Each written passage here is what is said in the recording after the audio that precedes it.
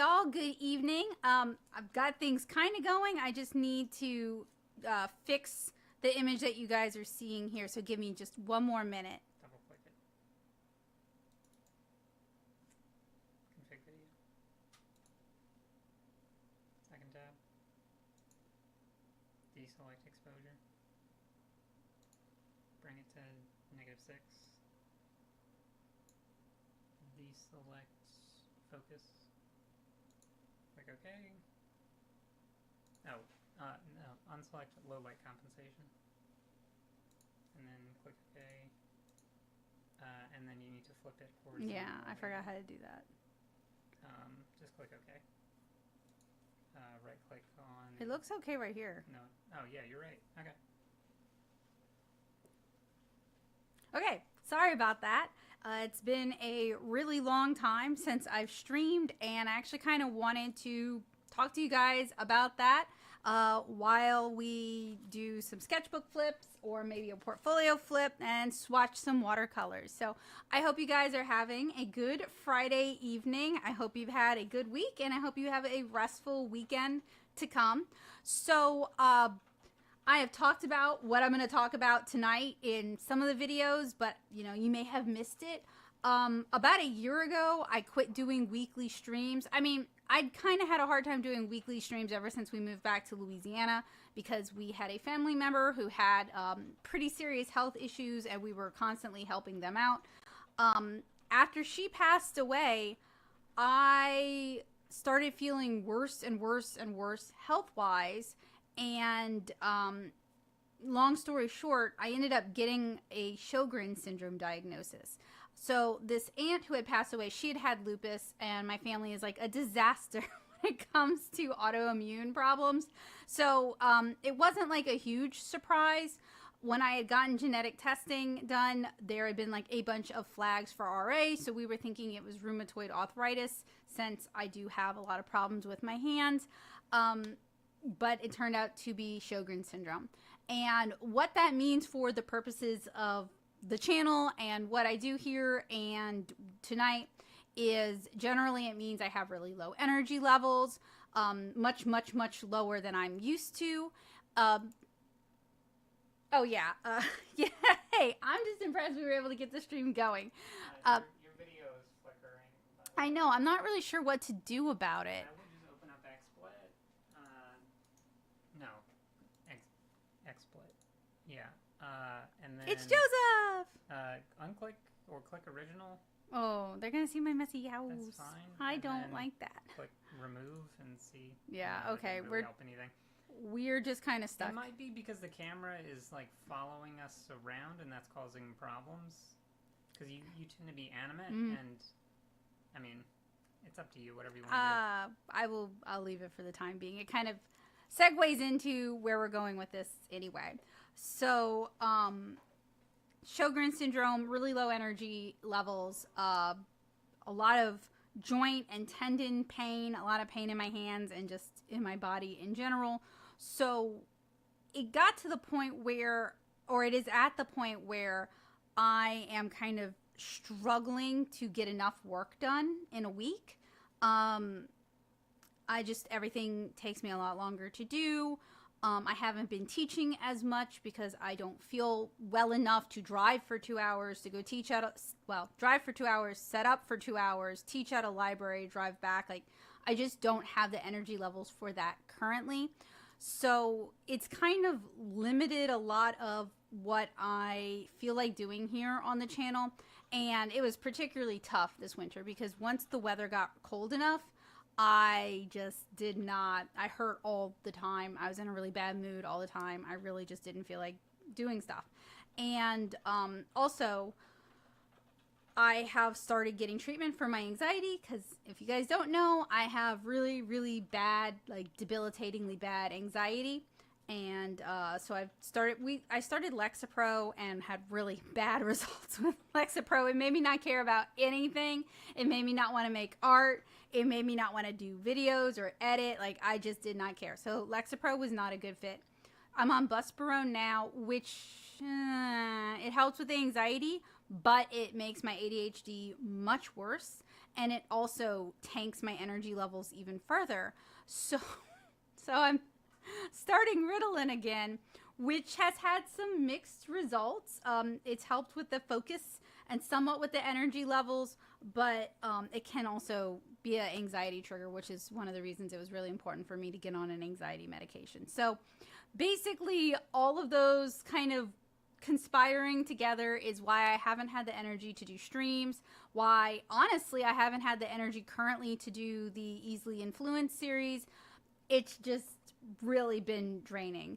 So I have been talking to my doctor about it, my rheumatologist, and I'm just started this different, new to me, not new in existence, but new to me medication that has some pretty significant negative side effects.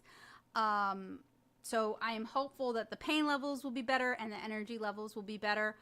But I just wanted to kind of talk to you guys about it some, because it definitely does affect what I do here, and it has impacted the number of streams I used to do. I mean, we used to do streams all the time, like once or twice a week. We would hang out, we would have a good time, we'd make art, we'd chat about things, and I really miss having the energy to do that. Me deciding me taking streams off of the table for a while, it wasn't a decision of like, oh, well, I don't care about streams, I don't need to do streams, I don't like doing streams. It wasn't that at all. It was just not having the energy, like to the point where if I have to go into town for a doctor's appointment, I will need to take a nap for like 3 hours afterwards, you know, which is not at all what I'm used to. I'm not really an XSplit camera froze for some reason. It sure did. Let me see if I can looks like there's a kick it. pause button. I don't even know what that's about. Well, I don't know. It's a great frame to freeze on. Yeah.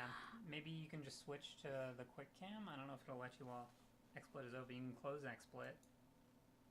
No, that's not what I mean.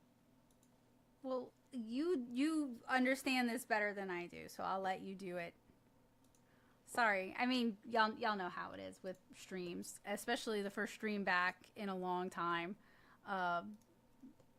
There's always going to be problems. And then because it's been so long, OBS has updated several times and it's added some really cool new functionality. Like I can actually view the stream and the chat in OBS, so I no longer have to have like multiple windows going on my browser, which is really cool. But I haven't been keeping up with the streaming. I do use OBS for like window capture when I'm doing reviews, just to show you guys like where I'm getting it or where I'm getting my information from or where I'm getting my prices from.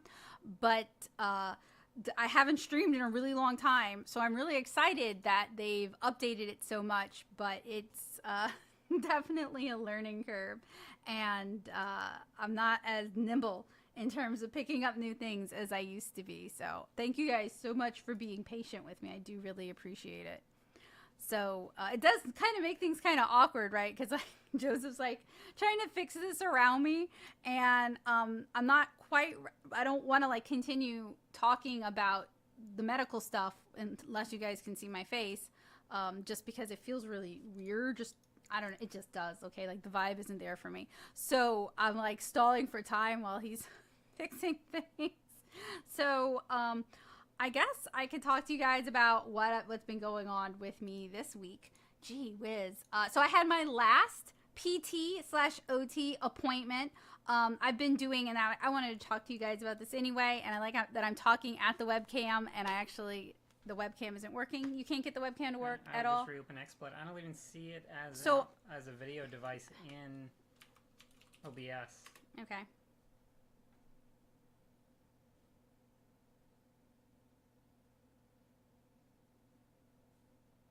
And the camera's not even picked. Oh, there we go. All right. Try click and remove. See if that'll. We'll see. I have a feeling it's gonna. No. So how do I turn XSplit back on for this then? Because it's not showing up. It should already be on. There we go. All right. I had my last PT/OT. So I'm doing physical therapy for my back and occupational therapy for my hands, because this February we had a really bad cold snap down here and my hands were just like locked up. And that hasn't happened since I lived in Nashville. So I'd been putting pressure on my rheumatologist to recommend occupational therapy for me, because one of the reasons I haven't been streaming is I haven't been drawing as much. And like one of the big things we like to do together on the streams is like I would do sketch requests, or I would do demonstrations and answer questions for you guys. And if my hands are locked up and I don't enjoy drawing, I can't do that on a stream, you know? And it affects teaching as well, because I'm an art teacher and I need to be able to draw demos and create demos and draw for my students. So I started out with just occupational therapy for 6 weeks, and I really liked it, and I really could see a difference. And they got me making a bunch of different changes in my life, like putting grips all over everything, which I highly recommend. And they taught me a bunch of stretches specific to what's going on with me, which is one of the reasons I'm not going to do a vlog showing you guys all my stretches and stuff, because the good occupational therapy for your hands is going to focus on what's wrong with you personally, the areas that you're having trouble with, your weaknesses. And if I show you guys something, I might cause damage. Like you might have a different problem and it might exacerbate a problem you've got. So I don't really feel comfortable with doing that. But the grips hurt nobody. You know, grips are great. And that's something I can heavily recommend to everybody. So they did notice that I hunch a lot and I have like a lot of upper back weakness. So it was recommended that I also try physical therapy as well. So for the last 7 weeks, I've been doing both occupational therapy and physical therapy. So 2 hours every week, because my therapist was like 30 minutes away. So I couldn't do it every day. Like that was just not with 5 o'clock traffic in Metairie, Louisiana. Like I just couldn't do that. So for the past 12 weeks, that's what I've been doing every week, is occupational and physical therapy. And in general, I do recommend it. I will heavily caveat if you have Ehlers something or other syndrome, if you have ASD, or if you have ADHD, if you can find a specialist or if you're hypermobile, if you can find a specialist who specializes in working with people like us, that is going to do you so much better than a doctor who is unfamiliar with that. I was kind of fortunate in that my occupational therapist was somewhat familiar with hypermobility, so we could work on not causing additional damage by overextension. But people with ASD and ADHD do tend to have these kind of mobility issues. So finding somebody who can help, who is a therapist who can help you work on your joints and work on your flexibility and work on your muscles, while also taking into account the sort of weird extra things we do, is really beneficial and really helpful. So, have a good evening. Thank you for joining us. So I definitely did want to kind of touch base with you guys about those things. I'm kind of hoping, now that I'm not going to doctor's appointments every day, and then also physical therapy and PT every day, that will kind of free up some brain space for me so we can do more things like this. I've also got a Dr. Pepper with me because did not take the Ritalin today. I just couldn't time it right, and I want to make sure that I can focus and that my ability to conversate and make conversation with you guys is good, and that I'm able to kind of keep the flow going. So I also wanted to kind of show you guys some of my sketchbooks. I don't normally do, well, I haven't been able to do a sketchbook flip with you guys in a long time. So, you know, I wanted to kind of show you guys some of the stuff that I've been working on. And I'm not sure where I want to start with you guys, because this is actually an old sketchbook that I decided I was going to go ahead and finish out. So I guess I will start with some of the newer stuff. And some of these are just kind of like loose, straight in with watercolor sketches. So no underdrawing, just trying to like get better at shapes and get better at like figures' relations to one another. Yeah, I don't think I've done a sketchbook flip since that's kind of what I was thinking too. I'm also having a Dr. Pepper because I cannot have a coffee right now. I want that sweet caffeine and some crawfish. And this is kind of where I got started with the easily no. The start to finish tutorial series. So just like I don't like recording the sketch part, or historically I didn't like recording the sketch part of my illustrations because I do a lot of that digitally, and it's just hard for me to like screen capture that. My computer just doesn't like it well enough to do it. So I wanted to come up with a series of tutorials that include the drawing, the inking, and the painting all in one, that can be done in a sketchbook, that are fairly easy to do, and that also contain like a printable line art for my patrons.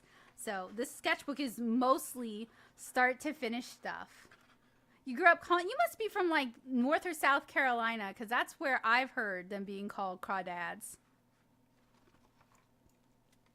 I think they call them that in New York as well. Do they call them crawdads in New York? I've heard people from New York say that.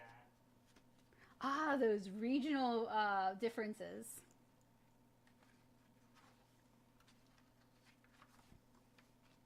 And then this one, I haven't shared with you guys. Actually, there's been a couple that haven't gone live yet. They're edited and patrons have them, but I haven't set them to public yet. This one I think is kind of cool because this was the field test for the Mei pigment tube watercolors.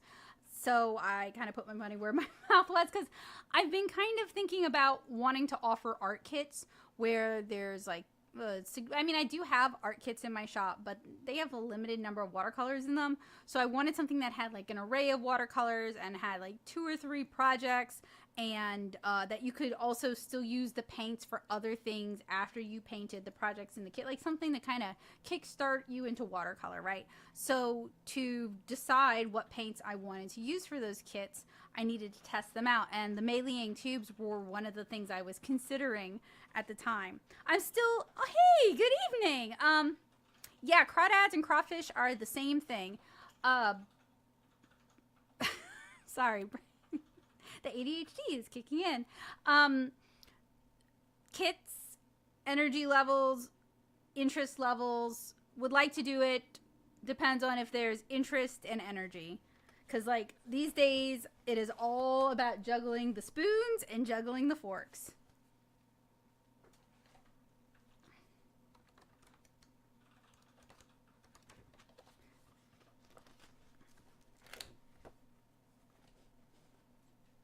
And then these are just a couple of larger, let me see what order these, okay. A couple of larger sketchbooks that I've been just kind of noodling into, like more bead dogs, lots more bead dogs. This was for a class that I was teaching in Ascension on how to make anything cute, how to draw cute art, so I needed like a bunch of different examples. And then I have some stuff that I'd like to color or paint at some point, but just, you know how that goes. Tali asked if the Canson sketchbooks are the same now as they used to be. That is a really good question, and I've been kind of wondering that too. So with the Canson pads of watercolor paper, I've noticed that they put the paper in backwards to, you know, what they used to do. So it's really easy to paint on what I would consider the wrong side of the paper. I mean, you can still paint on it. It's just like not my preferred side of the paper. I wonder if they've done the same thing with the sketchbooks. I know Canson is... They've got this graduate line, they call it their graduate line of watercolor paper. I haven't had a chance yet to do the head-to-head test to see if the paper is the same paper as in the Canson XL, but it's meant to be more economical. It's a smaller amount of paper since everybody's broke. We talked to Fila, which is the company that owns Canson at this point, while we were at Creativation, that big art supply show. And the selling point of it was like, well, now it's at a lower price point to make it more affordable. So you're not buying this huge chunk of watercolor paper. You can just buy a little watercolor paper. And like you guys see, I paint a lot. So I'm like, well, the little, that's going to add up for somebody. That's false economy for somebody like me. Like I would end up buying more of them. But I'm not actually sure if the paper is different yet because I haven't had a chance to try it out yet. Paper shrink. Yeah, it is kind of paper shrinkflation. That's what I was thinking, and I didn't say it. I mean, I know everybody, even companies, are experiencing the effects of the things, the base materials cost more to make the things that we're buying.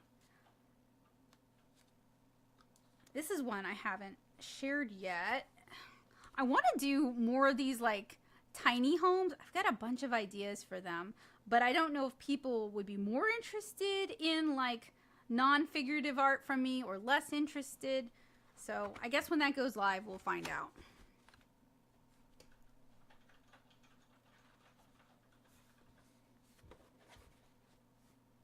The tiny home is cute. Yeah, I have a really cute idea for a mushroom. I'm looking for the thumbnail and I can't find it. I'll find it after. Yeah, I have a really cute idea for a mushroom home too, and I just haven't done it just yet.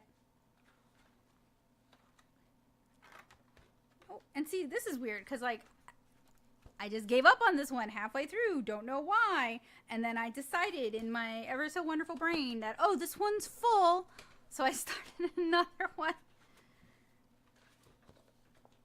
I'm just doing like some brush warm-ups and some brush, like, you know, playing around with watercolors, playing around with the brush, wasting paper, making marks, that kind of thing. That's what a sketchbook's for, though.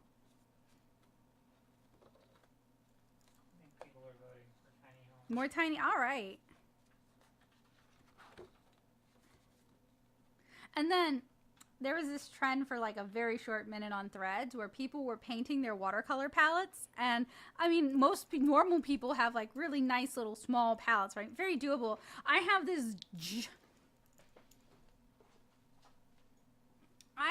this, and I got like through the sketch and then I decided I was tired.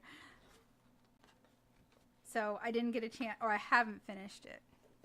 So that's what's been going on in my watercolor sketchbooks. I'm not going to show you guys my regular sketchbook because like my thumbnails are so messy. Yes, I'll take jar juice.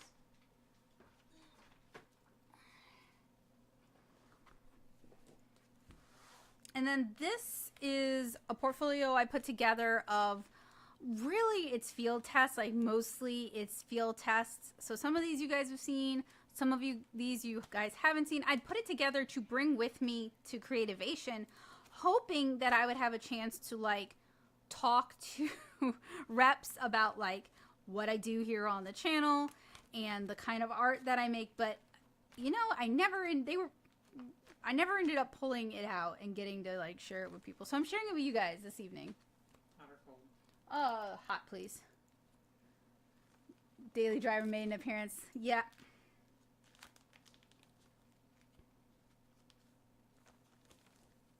I'm actually in the middle, and I can't show you guys this because I promised the person who bought it that I will wait until all is done. But I have a commission that I'm working on that I am recording that will definitely be getting a lot of use from the Daily Driver.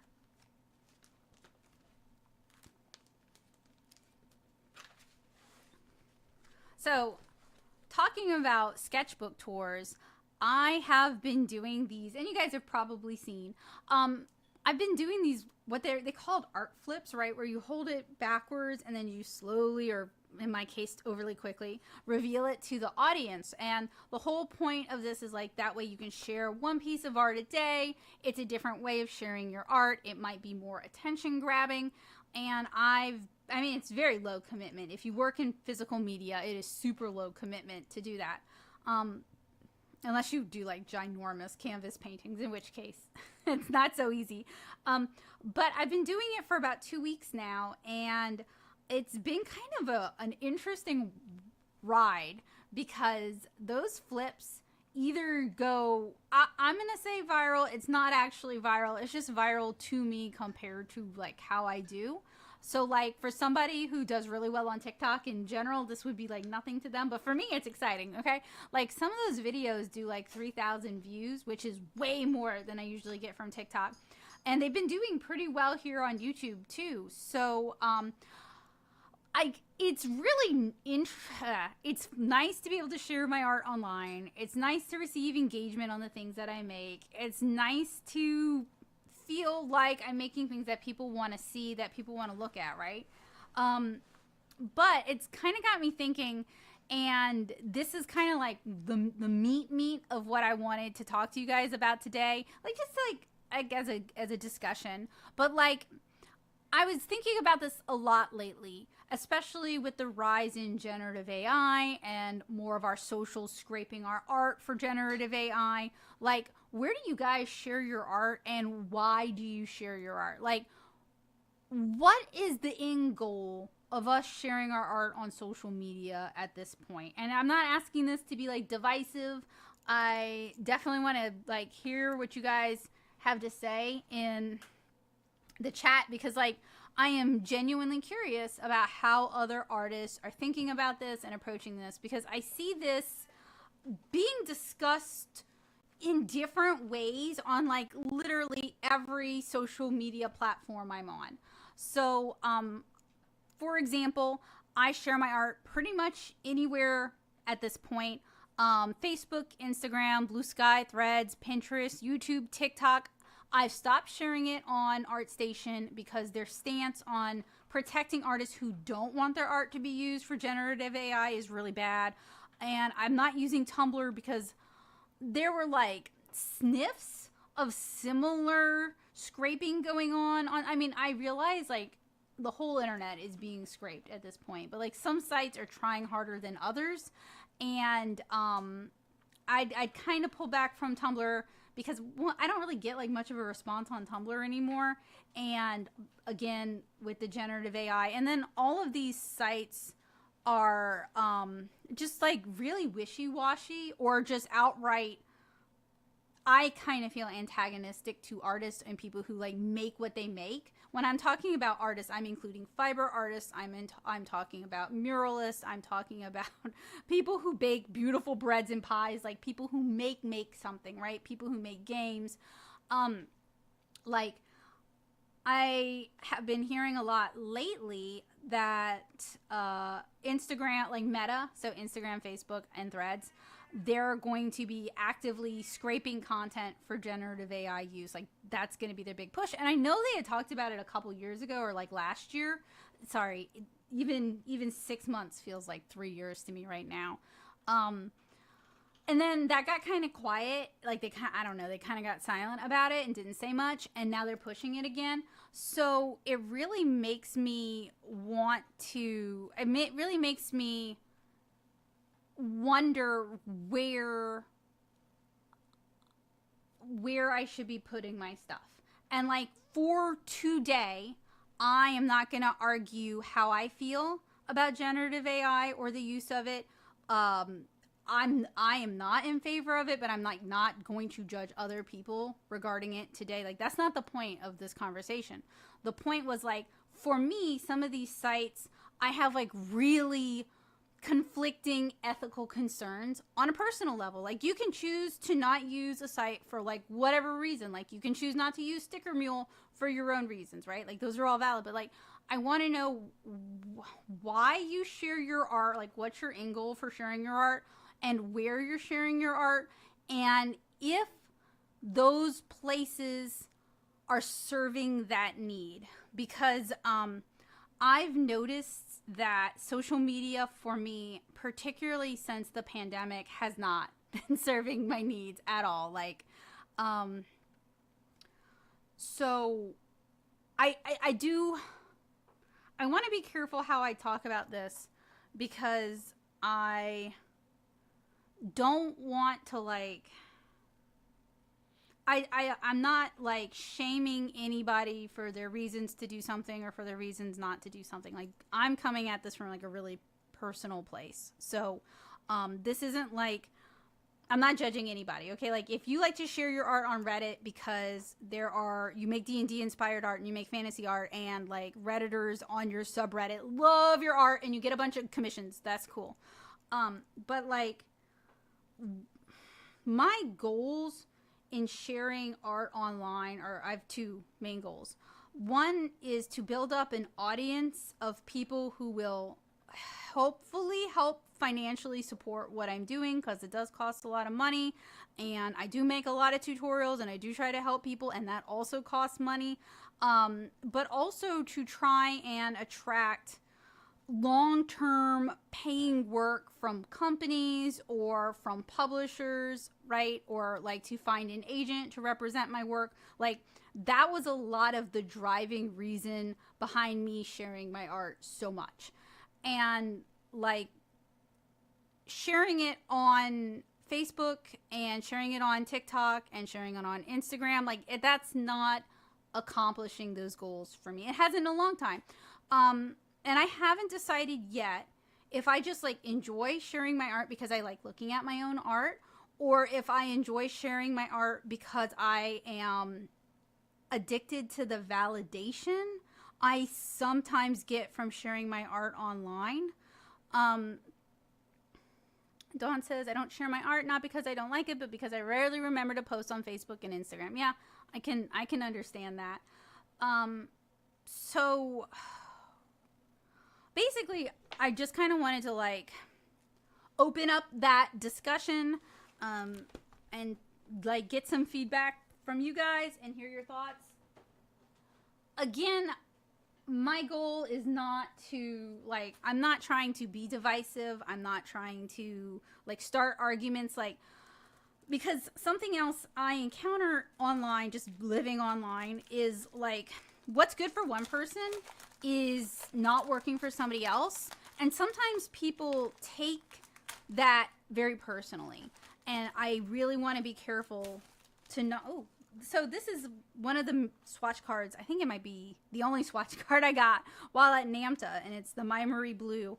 And I thought I would swatch it for you guys, and I thought this would be watercolor paper, and it's not. It's actually a coated cardstock, which is not going to take watercolor. It's not going to really show what these watercolors do. So I'm going to need to find, and currently all of my watercolor blocks have like in progress reviews on them. So I'm going to have to go find some watercolor paper real quick. But that gives you guys a chance to respond. Girl Jordan says, I basically only share it in the Paintbox chat, not for AI reasons. Sharing on social media has just too much emotional baggage for me. Yeah, boy, I can relate to that. All right, I will be right back.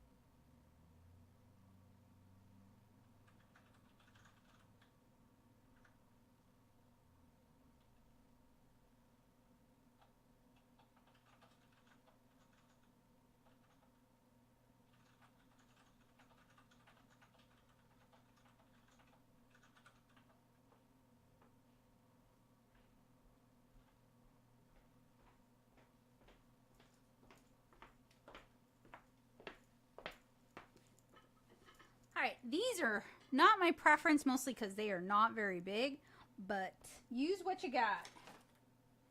So this is Paul Rubens watercolor paper. I have played around with this before. This is their cotton block bound paper.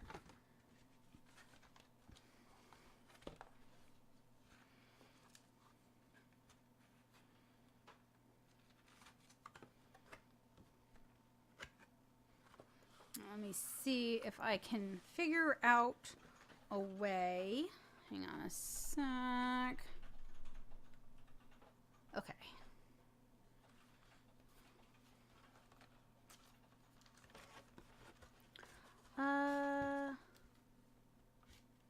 Didn't I tell you I am keeping my NAMTA membership? Dawn wanted to know if you were going to consider keeping it like, for next year? I haven't decided. I haven't decided that yet, actually. Yeah.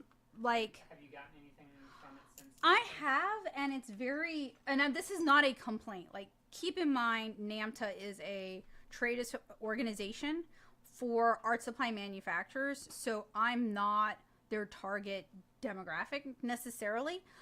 So a lot of what I have gotten, I'm going to skip the whites. A lot of what I have gotten from them is very industry facing, and that's not necessarily a bad thing, but it isn't necessarily information that I, in this moment, know how to put to use. But I did think attending Creativation was worth the cost of my membership, and I was able to ask a lot of questions, and it also gives me access to some of these companies, and I haven't necessarily taken advantage of that yet. So because I could go and it was in my city and I wasn't paying for like hotel fare and I wasn't paying to hop on a plane, I felt like it was worth it. I haven't actually decided if I'm going to join every year that it's in New Orleans, or if I'm just going to continue the membership, if that makes, because I as an art supply reviewer, where my life is right now with the amount of money I make from YouTube, which is not really like a living wage, I don't know that it would be worth it for me to have a NAMTA membership every year, especially if I'm not going to the show. It's $250. So it's not actually that bad, and that gets you admission into Creativation. So if it's in your area, but it is, as I said in the blog, and I talked about this a lot in the blog that I recorded about NAMTA, it is very industry facing. So unless you are just intensely, passionately nerdy about art supplies, like that's your hyperfixation, or you run a scrapbooking blog, or, you know, like, it's not something your average artist would, I think, get a lot of benefit out of, because it is like, you can't buy the art supplies there, for example. Like, they're not set up for that. They're set up to sell to art supply stores. So you're probably not leaving with anything. And they really didn't have, like, it wasn't like, ooh, samples all over the place. Like, that wasn't really set up for that either. If you're looking for that, Hands-On Creativity, which is put on by Plaza, I don't know if they're still doing it, because the last one I went to was before the pandemic. That is much more artist facing, and that's going to be like the more what I think most artists are looking for. Having done both, that one was more what I was looking for. Digital creator, it was, yeah, it was like $250. But also, yes, thank you, Kabocha. I'd forgotten, because it was like $25 a class per person.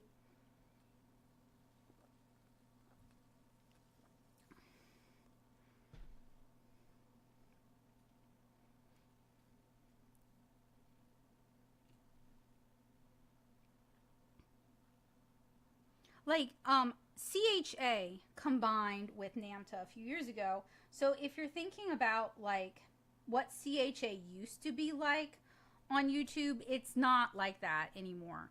I never attended CHA. I would just avidly watch, like, oh, what was her name?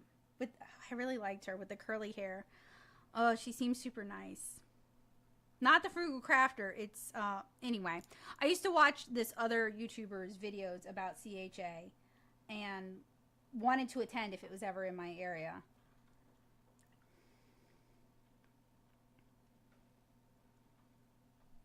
Like, part of the reason I went was because a friend of mine came with me to CHA, so it was like, you know, a friend vacation kind of thing. Not CHA, Creativation.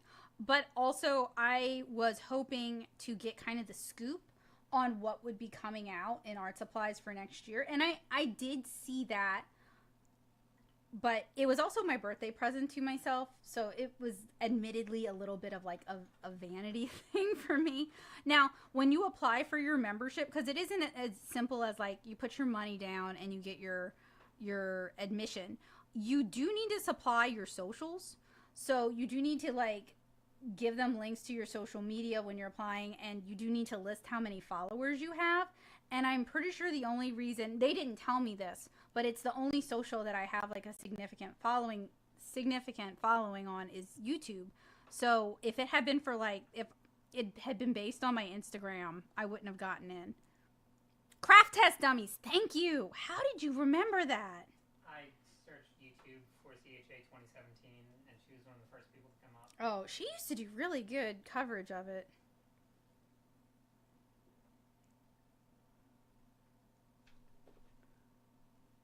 I recognize the name. Oh, okay. I goofed. I was gonna heart what you said, and I lost my ability to read the normal chat. Don't worry about it. I can still read it on the screen.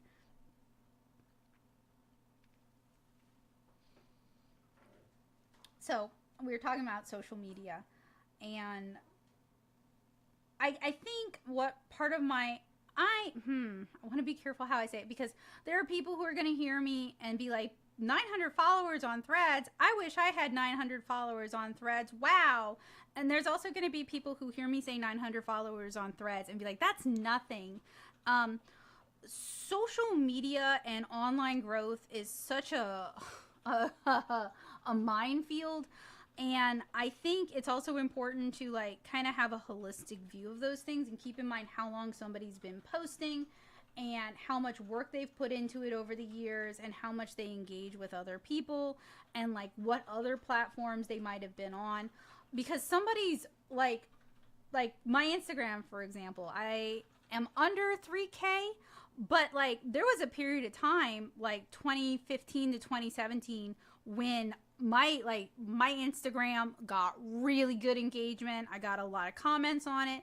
And not only that, if I was going to go to a convention and to sell, and I mentioned on my Instagram and I promoted my stuff on Instagram that I was going to be at this convention, people would come find me and buy stuff. So it was really helpful once upon a time for me. And I didn't have to have this huge following for it to make the amount of effort that I put into it worth it. And now, I mean, I still post to my Instagram kind of like a portfolio, kind of not. And like that flip thing I was telling you guys about earlier, that's made it really easy to post every day. But like Instagram has all these hoops they want you to jump through for your stuff to be shown to people. And then I know Meta was talking about releasing this payment plan for like people who make things, creators, and you have to pay, I think it's like $300. This is all hearsay. So please research what I'm saying if any of this sounds like anything to you. I've just seen people online talking about it. But Instagram has been talking about making creators pay in addition to like, so like right now, if you want to boost a post, it's like $10. And theoretically, it'll get it in front of more people. But what they're really doing is they're kind of suppressing how many people see your post originally. And then they just send it out to more people who are already following your stuff. It's not like they're showing it intentionally to a bunch of new people. So with the new thing, I guess you pay $300 a year for people to see your stuff at all-ish. I don't know. All I've seen is people complain about it. And I have tried like the boost thing for a while because I was like, well, maybe my because it'd been a while since I'd posted on Instagram, and I was like, well, maybe it just needs a shot in the arm. Like maybe I just need to bring some new people in. It was basically wasted money for me. Maybe other people have had different results, which fantastic, but like it wasn't a good fit for me and for what I do.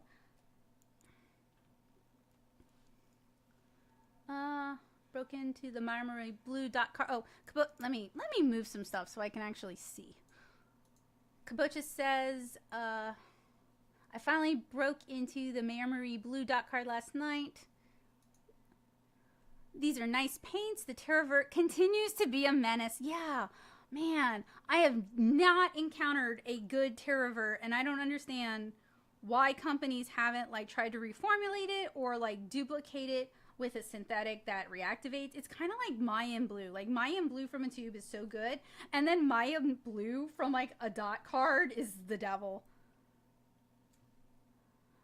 Joseph says everyone at NAMTO was obsessed with social. Yes, he is correct. So Joseph came with me too, and I got asked a lot about my Instagram. Like they didn't care about my YouTube, which is fine. They didn't care about my TikTok, which is also fine. it was my Instagram, which is probably one of my worst performing platforms. Like, they were obsessed with how many followers you have. Like, I could go buy followers if that was, you know, what I was all about. If that was my reason for doing Instagram, was just to have like a big showy number. I did hear some, what does your audience like to do? And what is my age demographic? And that was with companies that were very interested in me. Like, as soon as they heard that I teach and that I talk about like art and accessibility, that was what they were interested in. Is like, what's your age group? What age group do you teach? And Dawn said, I think those sample dot are arranged vertically rather than horizontally. Maybe so, but I'm just swatching, just having a good evening, just relaxing and making conversation with you guys. And getting hyper off of Dr. Pepper. Do you guys remember when I ran, you might not, I ran a poll about neurodivergent people and whether or not they like Dr. Pepper. ADHD here, so neurodivergent. Love Dr. Pepper. And it was like 50% of y'all who voted said that you like Dr. Pepper. Oh, I thought Joseph was helping me out. Give me a sec.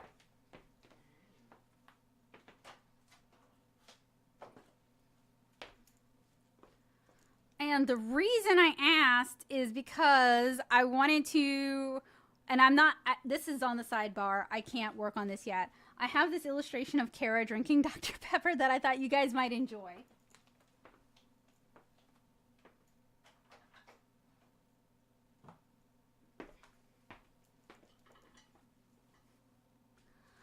Joseph says, it's like holding your social media account hostage. Do you remember how great Instagram was in 2012? Pay us $350 to get back. You're not joking, though. It is. That is kind of how it feels. It's like, hey, remember when you used to love Twitter?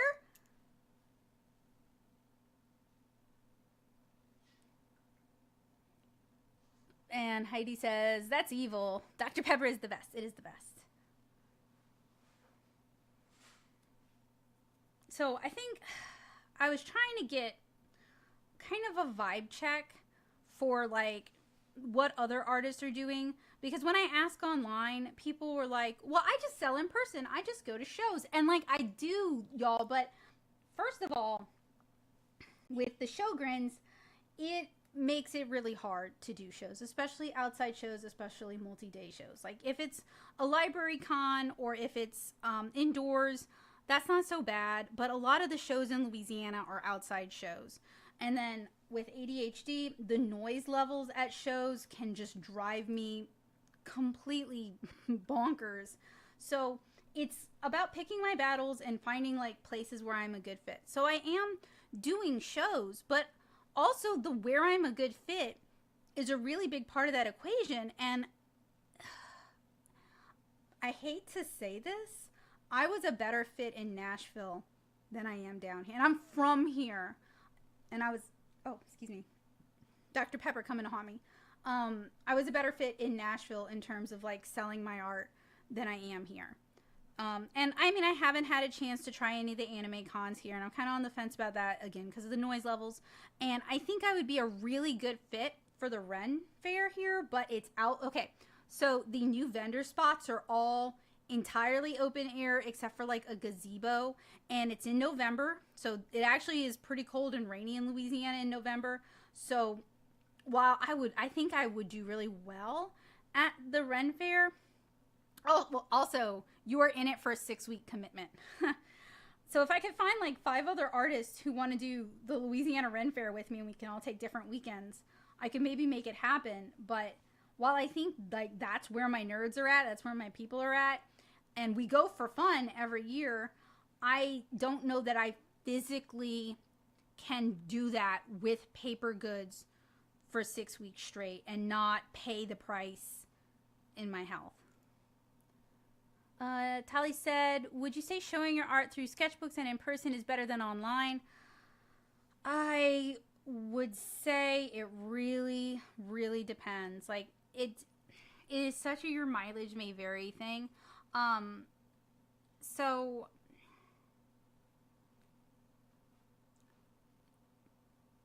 It really depends. I like looking at people's sketchbooks. I like looking at people's thought process. I desperately miss the days of art blogs when people would show like all their concept, all their thought, all their compositional sketches and their thumbnails. And like, I love seeing how other people think. So, you know, on a personal level, I enjoy that kind of stuff. But like, I feel like I could honestly not even tell you anymore. Like, I think it probably really depends. I have had art directors at picture book companies basically dismiss what I like. I'll show them my stuff and they like it, but they dismiss it out of pocket as just being like too anime without even necessarily looking at like the backgrounds or like looking at my line art or like looking at all the other concept sketches that I did in other art styles. So I think it really kind of depends on who you're talking to, who you're pitching to, what your end goals are. Because like if I were doing, let's say I was doing like a craft fair, I do bring my sketchbook, but there's no point in like having it out for people to look at because the chances of them looking at it and then buying something are low. The chances of them looking at it and then talking to me about how their kid draws are high. And like that's fine. Like, I don't mind talking to people about like their artsy family members, but I do teach at the library, and that is a better time to talk to me about that than like when I'm actively trying to sell things. Because at those kind of in-person events, your time is limited. Like, you're only there for 2 days, you know? Whereas with the library stuff, if there was enough interest, I could be there once a week.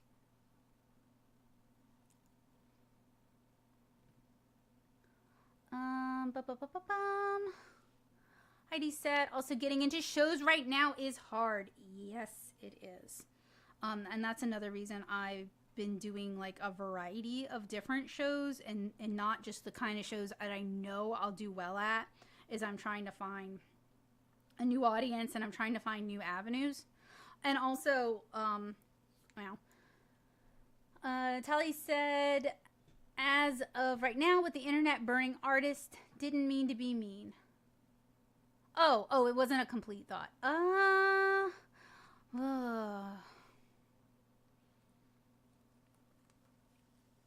And Dawn said, I missed a dot. Well, I know I have 2 down here. And I also intentionally skipped these up here. All of the other ones have water on them, so I don't know. I know that's probably like the most frustrating thing to see is like an artist swatching and then they miss one and you're just like, no.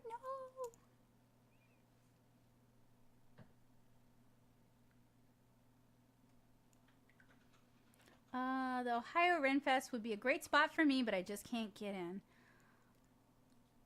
Oh, and Dawn said, your art inspired me. Thank you, Dawn. I appreciate that. And Joseph said, gotta swatch them all. I think all I can really say is I have no idea what the future holds for me personally. I have no idea what the future holds for other artists.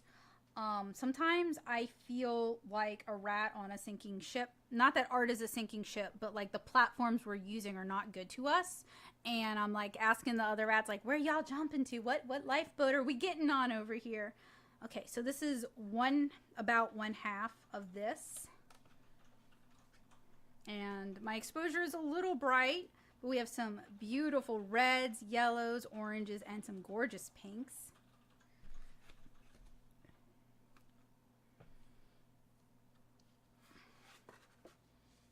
I'm going to try to leave this open so it can dry, because there's still some paint on there, you know. We could still use that. And switch over to my other pad. Keeping in mind who my audience and who my art is centered around, that's something for me to be aware of. Joseph said, tech disrupting art without much input. Yes. Yes. I realize there are artists who are using these tech processes and making money from it, and it's helping them. Like, I realize those people do exist. However, there are also artists who are social media isn't really serving us very well at all, and they're profiting from us putting our art on there, and now they're profiting from charging us to just show our art to the people who hit subscribe or hit follow in the first place. And like, there are artists who have a lot of money, sure, but like most of us are not that artist, or most of us don't feel like we should have to pay you to show our art to the people who subscribe to see it. Just put ads in between and nobody likes looking at ads. I understand that. But like, I do wish more of these companies that are going to make millions, if not billions of dollars, would talk to artists first, would talk to the community that they are supposedly serving, and get a survey of what we're looking for and what we need. Because I can tell you there are AI things that would be beneficial for me. I would love to have like an app on my smartwatch that knows when I took my medication and will set a timer for 4 hours later, and I don't even have to tell it anything. Like, that would be genuinely helpful for me. Is this still the Memory Blue? Yes. This is the other side of that swatch card. It's just, I can maybe scooch over a little bit, and that way you guys can see. This is their Potter's Pink, by the way. And, you know, I do love a good Potter's Pink, but this one is not wanting to. There we go. Now it's moving.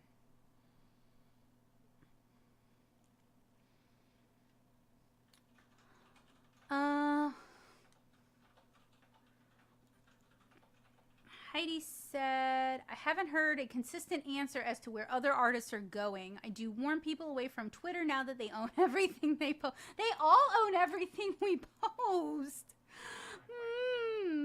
Instagram? Facebook? Sure. I mean, not Blue Sky, but, and look, I do use Blue Sky. Tumblr probably has that policy either. Like, there's some that don't like 100% own everything you post, but yeah.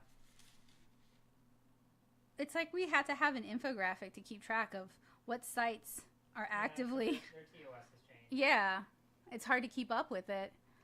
Dawn said, I just swatch about 50 erasable color pencils and want to redo some alcohol-based markers for swatching. Cool.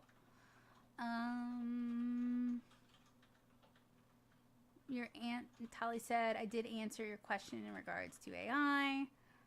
Dr. Bennett said, I wish I could give an answer. Novice artists and only post sporadically on Instagram. Health has pushed sporadically even further apart. I'm sorry to hear that, but I can understand it. Girl Jordan said, making a living on socials seems frustrating. Like all the big YouTube channels making their own streaming platforms. I'm not laughing at you. I'm laughing at, like, that is why it's a wild concept, right? Like, you have to be big enough to justify that. You have to have a team to help you do that. You have to have an audience big enough that they're willing to leave the platform they're already familiar with and comfortable with. Like, I love the idea because in a way it's like back to the decentralized internet of like websites, right? But like on the other hand, the practicality of that and the user transition rate, that would be a challenge. You have to make that as easy for them as possible. And Dr. Bennett said, if there is dragon's blood on the dot card, can you point to the swatch? I have that in my Jerry's Artorama card. Let me see real quick. Because I was just like swatching and chatting, so I cannot read tonight.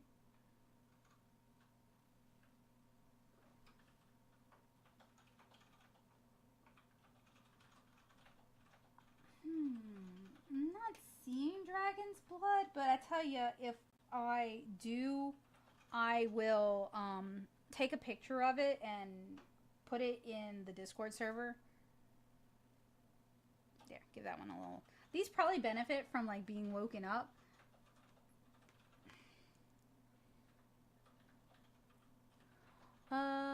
One row down from what Becca just swatched hasn't gotten. Oh yeah, it's this really dark one right there. And I'll try to remember to point it out when we're doing it. So where it is currently on the dark card. Oh, okay. And yes, I hope you feel better too. I am so, man, health and especially chronic health stuff is the worst.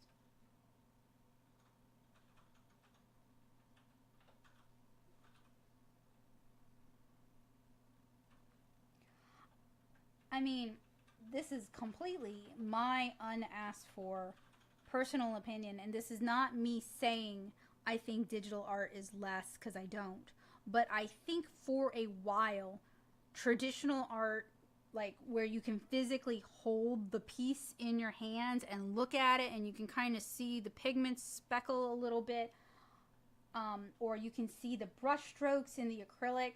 Like, I guess what I think is going to happen is art, like illustration, painting, etc.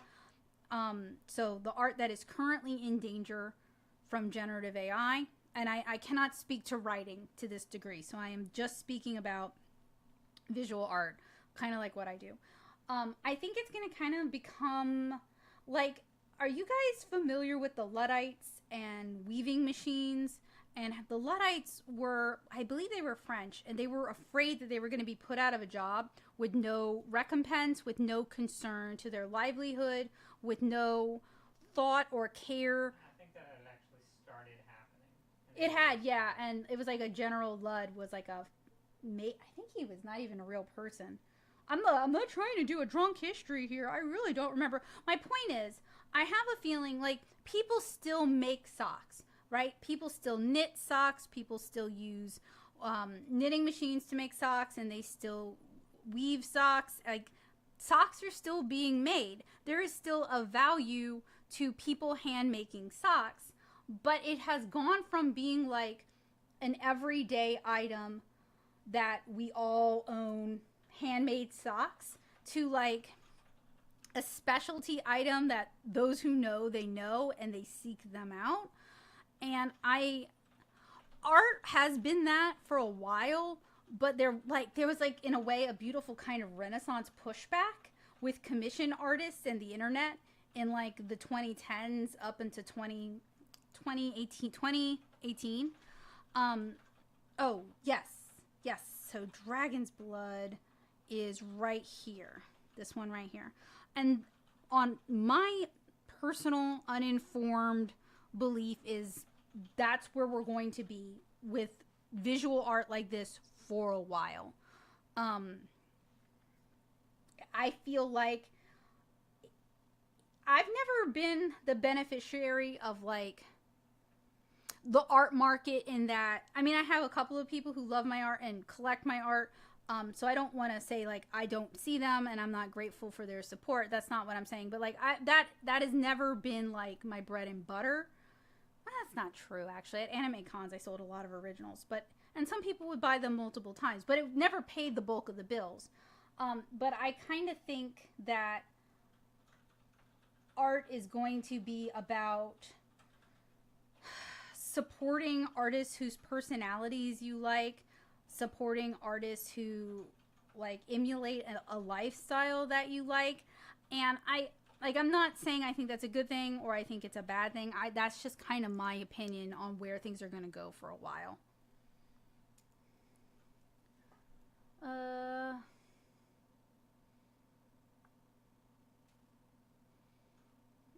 It should be it's a little blue. The video is a little bluer than what I'm seeing here. Yeah.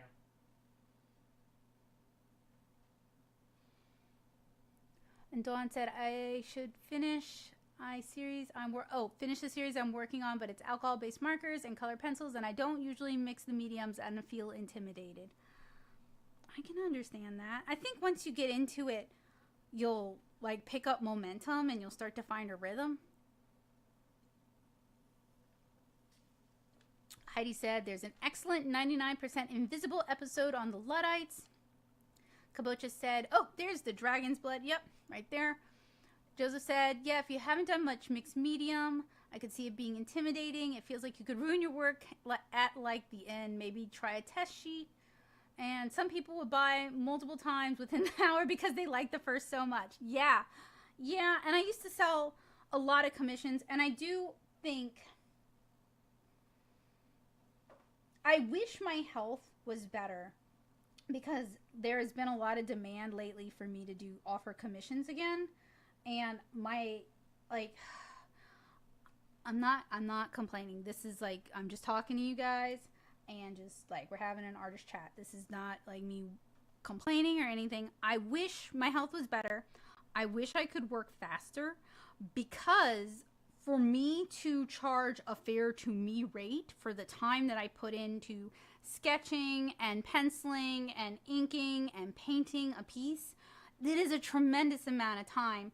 And for me to charge a fair rate would price myself just completely out of most people's budgets.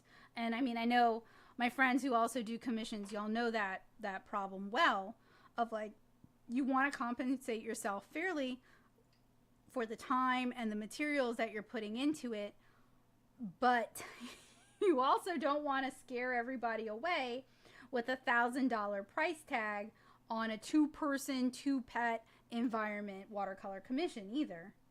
Especially right now, like I don't know about where you guys live. Different parts of the country and different parts of the world have different problems, but like Louisiana is hurting right now. Like your average person is hurting financially. Groceries, including like fresh veg, has like doubled in price. Flood insurance is going up. Like how much is it going up every year? 10% a year, which would be like, give me our house flood insurance. How much is that going up per year? Ooh, that ultramarine blue. Going up 10% a year for. Right, but like. You mean dollars? Yeah. Because 10% of $100 is $10 a year. That's not too bad.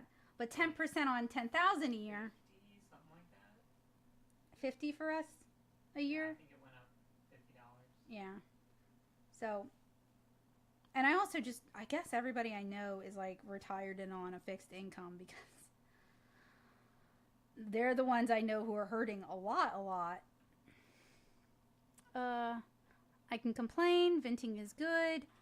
I'm of the belief that my part of the world, my friends and family expect my art for free. Yeah. That's down here too. Or they'll try to neg you into, like, they'll stand there. Oh, your art's so beautiful. Oh, thank you. This piece costs blah, blah, blah. And then they'll like start insulting you about it. I think hoping that oh, that's so much money. Hoping that you'll reduce the price significantly for them. Brittany said, hey everyone, last night I had to order a set of 2 stainless steel bowls in a silicone mold to hopefully make it difficult for my cat to take his paw to try to knock his food dish. Oh, I know about those pesky cats. We have to feed ours on the floor. He would definitely knock it down and make a big mess.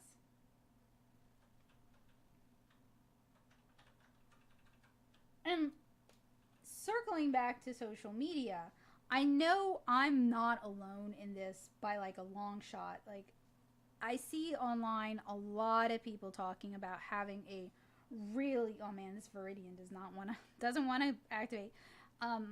People online talking about having like a really hard time this year with in-person sales at like craft fairs and festivals, or they're having a really hard time seeing sales from their shop. It's really hard to get people to buy from their shop. And so I know I'm not alone, and I'm not going to overly beat myself up over it because, you know, you can only just do your best and try to put good art out there and, you know, hope that it resonates with people and that they'd like to own a piece of it and can afford to own a piece of it. Like, if people just don't have the money, you just got to accept that. It doesn't do any good to guilt people.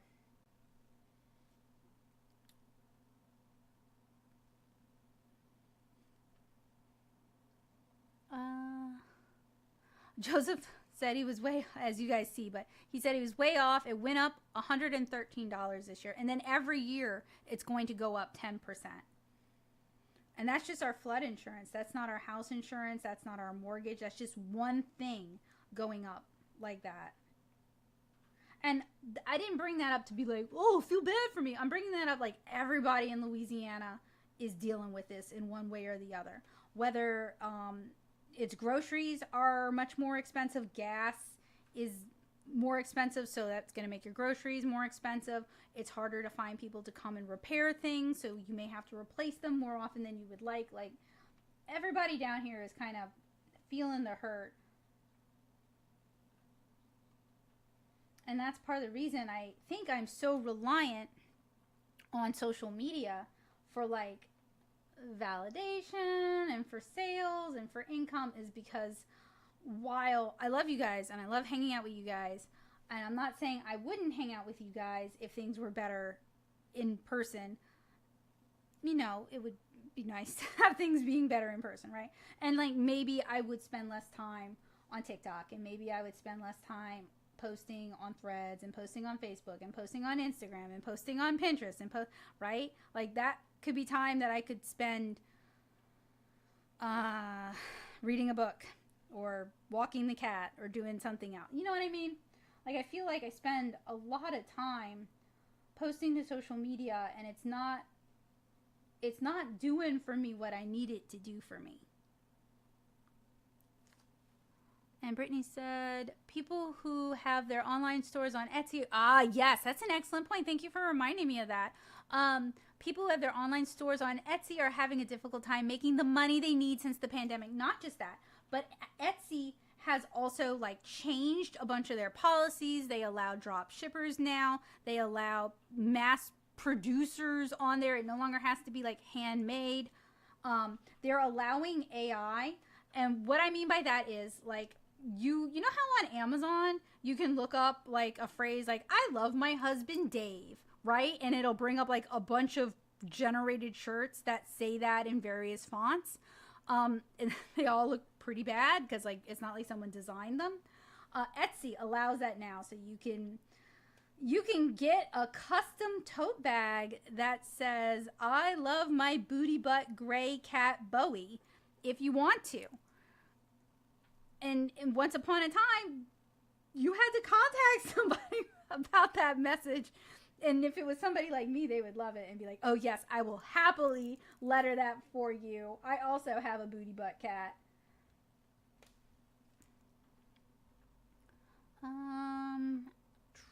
Dr. Bennett said, it feels like a crash like 2005, 2006 is about to happen.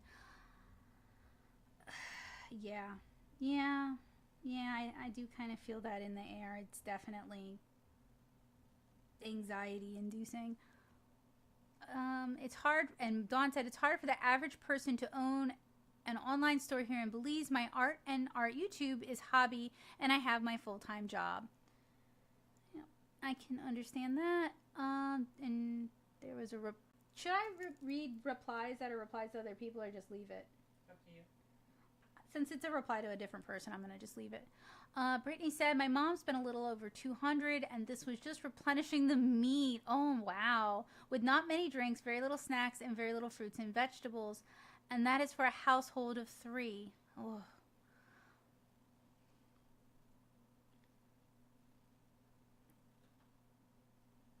So I guess I bring that up like to acknowledge that I'm aware that people are having a really tough time.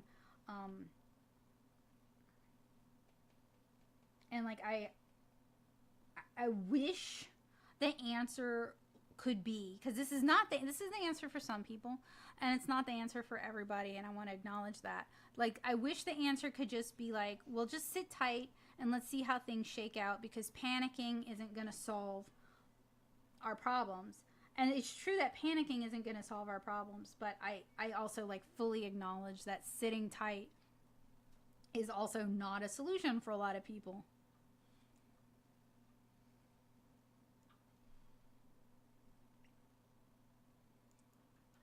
So that's just, what I've been thinking about like constantly.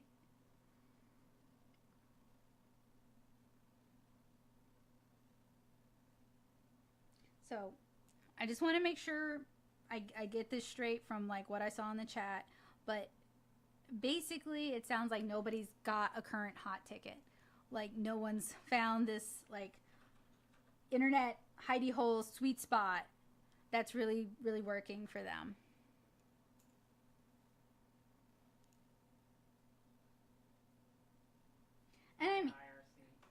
accuracy, right? Yeah.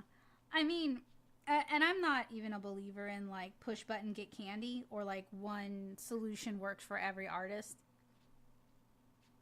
I think that's what caused this problem to begin with, is that every social network thought they had to be the only social network. Every social network takes the things that they think are working from every other social network and totally pollute what actually made them cool or interesting. Like TikTok is now thinking about offering like a photo only app.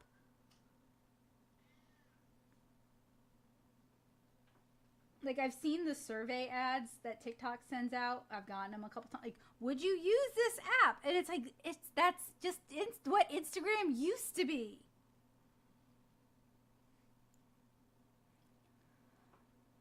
Heidi says, "Is that how do you keep the poor in check by keeping them too busy to do anything about it?" Yeah, I think about that a lot, actually. Yeah.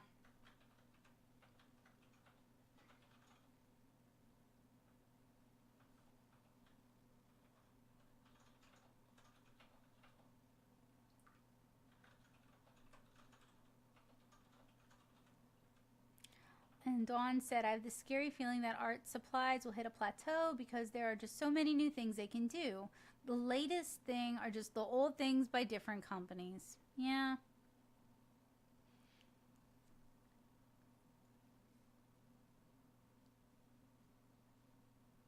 Well, and I recorded a vlog on this and I haven't shared it with y'all yet because I have my timeline is all messed up. I had a couple of like hauls, but they're not like huge hauls. They're just like ordering stuff from a couple of online shops. And I ordered those things before I went to NAMTA and before I really thought about this. And I don't want to like not share those vlogs or those hauls, but also like I've just been thinking a lot about how like haul culture and like always having to have new things and always having to review new things, how that looks from the outside in, and also the kind of impression we might be giving younger artists or artists our own age. And it feels like a real rock in the hard place kind of thing because like reviews are what people watch, you know?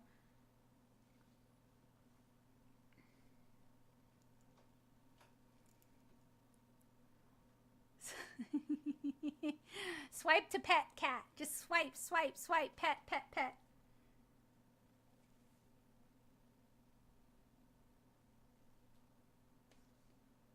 But I also wanted to stream tonight because I did want to talk to you guys about this. And thank you for making such good conversation with me. I'm not like trying to end it. I'm just, appreciating it before I forget. But also wanted to see like how feasible it would be to start streaming again. Like how much is this going to wear me out? Am I going to wake up and hurt tomorrow? Or is this something I can like start working on again?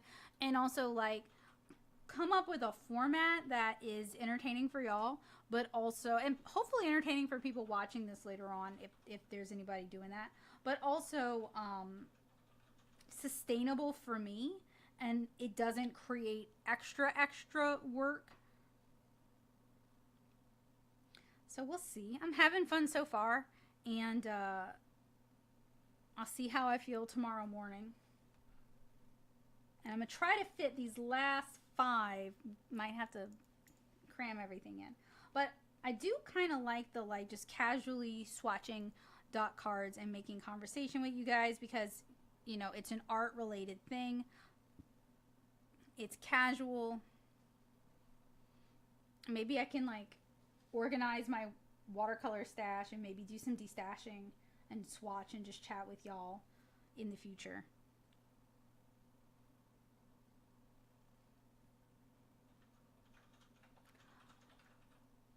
Okay, Brittany said, my hours have been cut as I am part-time front service clerk.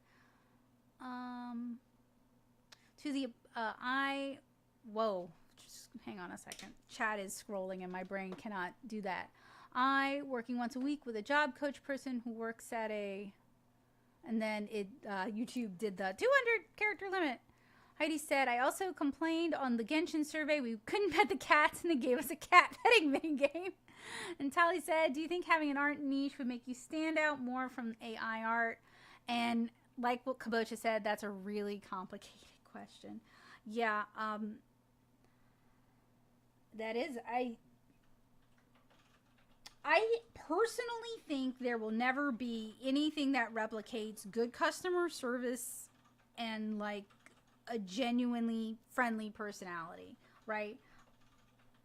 That said, now that I'm dealing with some health stuff and I'm moving slower than I'd like to be moving, I can't offer the customer service that I'd like to. So while I do kind of think an artist's strongest weapon could be being friendly, in the end, if you don't have the audience watching or reading or whatever, if they're all consuming AI stuff instead, it doesn't matter how friendly you are if you don't have that give and take relationship.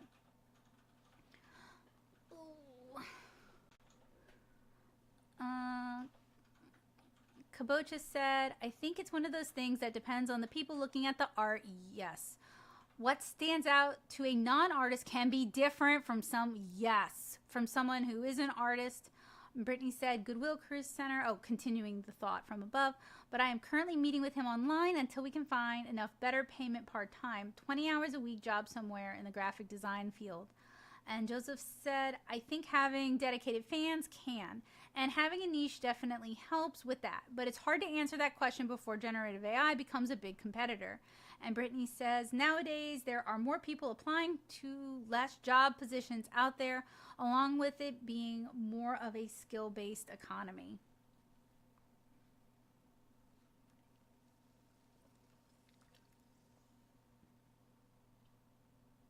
I think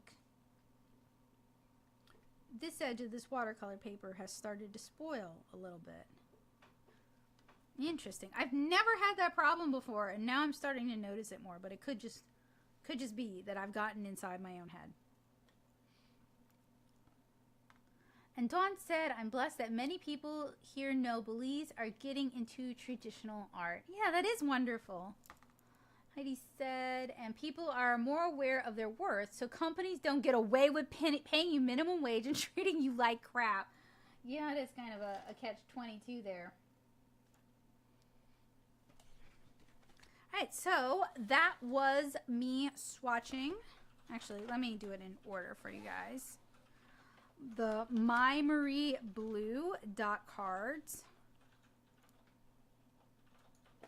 There we go. Alright, so you guys can see almost all of them, most of them.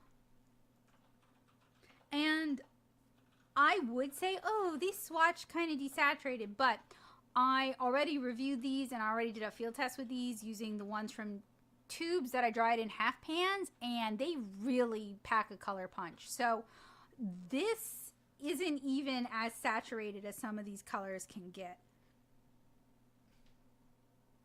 How can I tell the paper spoiled? Well, I might be getting into my head here, but you see how this kind of, and I did wash it out, but it's kind of just fuzzy and a little bleedier beyond the edges of where I put the water. That's how you can tell that watercolor paper is starting to spoil. Actually, the Frugal Crafter talked about that. She did a really good video about watercolor paper spoiling and what you can do and what you can't really do with it. And I highly recommend that video because she explains what that looks like, and then also some of your options for mitigating the damage or still using what you have. And Joseph said, minimum wage is kind of a joke after the recent round of inflation. In America, driving to a job probably costs more than minimum wage.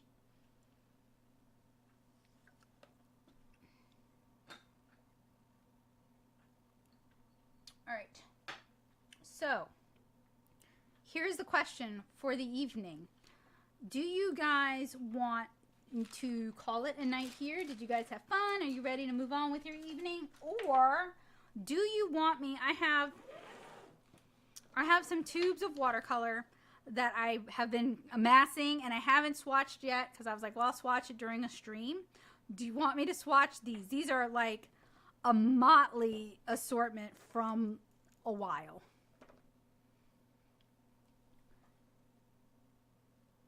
And Joseph linked the Frugal Crafters video, so check out the chat for that.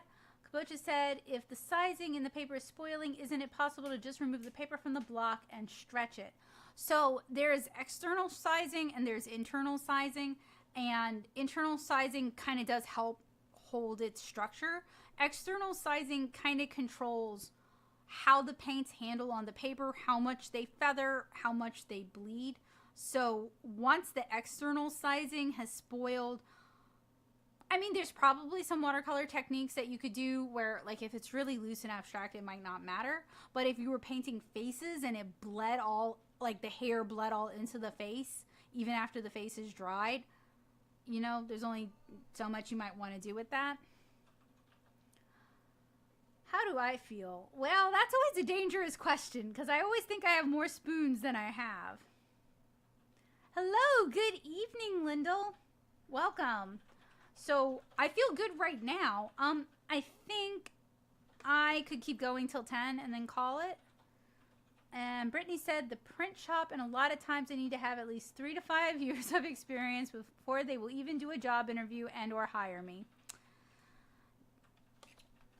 Sad. You know, I wonder if they would consider volunteer work to be job experience, and if they would consider self-employment to be years of experience. I don't know why my brain blanked on me right there. All right, so I'm going to swatch some of these. And to do that, I'm going to get myself a fresh sheet of paper off the block using a palette knife. I really like this one because it's like a letter opener palette knife.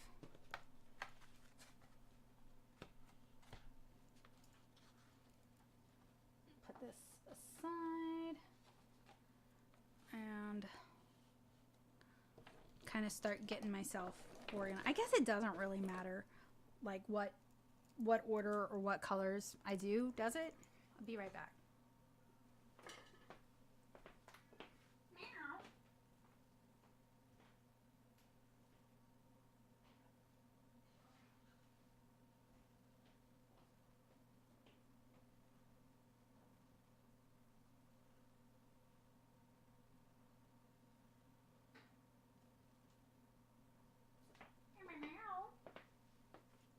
Sorry, have to talk to the cat. He is my boss after all.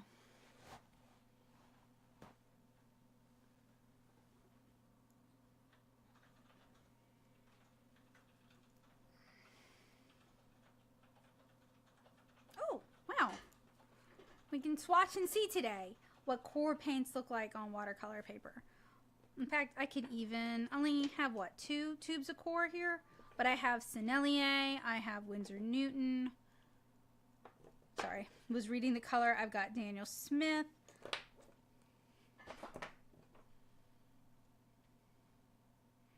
I talked to Bowie, but I do not. All right, fine.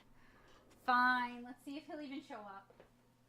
And if XSplit will show him. That's what I meant. If he will even show up.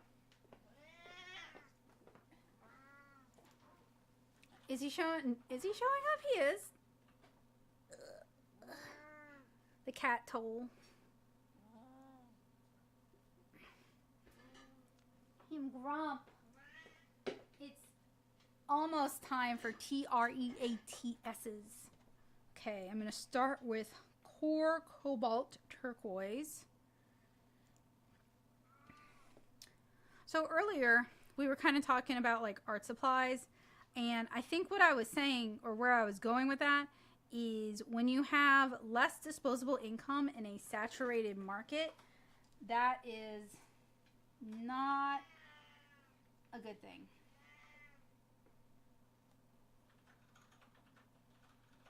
Because, like, during the pandemic, a lot of people got into art, which that's a good thing to get into. You can do it at home. You can do it with other people if you want to. You can do it by yourself.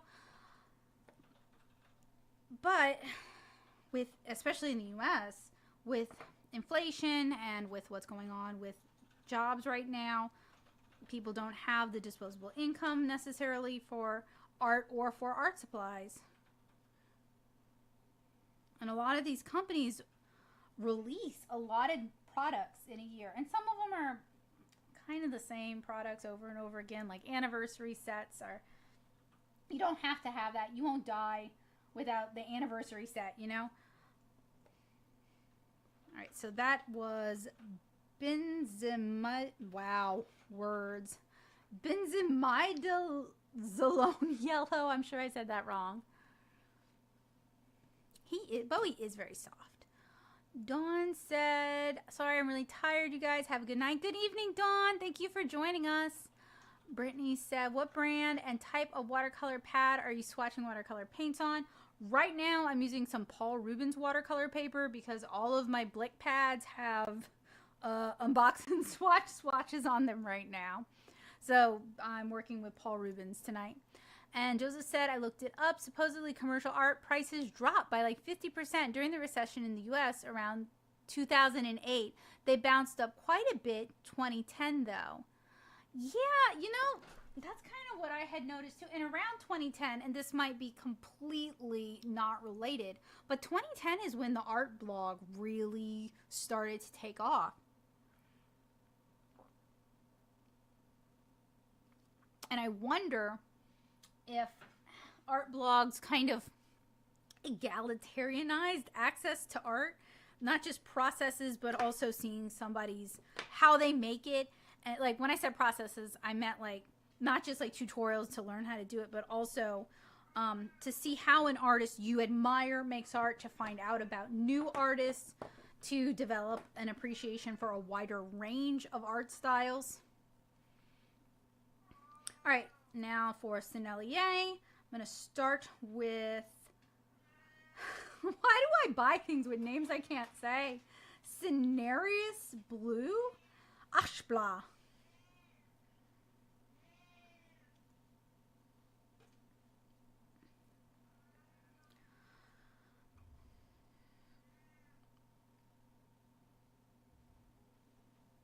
And then, y'all know I teach art, right? Like, and health isn't the only reason I've been kind of not teaching as much. Part of it is I get a lot of kids and a lot of parents who want to know what the future of an artist looks like. The kids are hoping to hear sunshine and rainbows. The parents are hoping to hear either doom and gloom, so it'll talk their kid out of it, or they're hoping to hear, like, this is a great choice for your kid. They're going to do so well. And I sincerely am struggling right now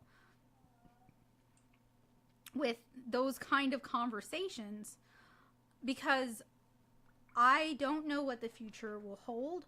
I don't know what new art forms are going to come about in the next 10 years. I don't know what the scape of art will look like because everything is changing so quickly. I don't know.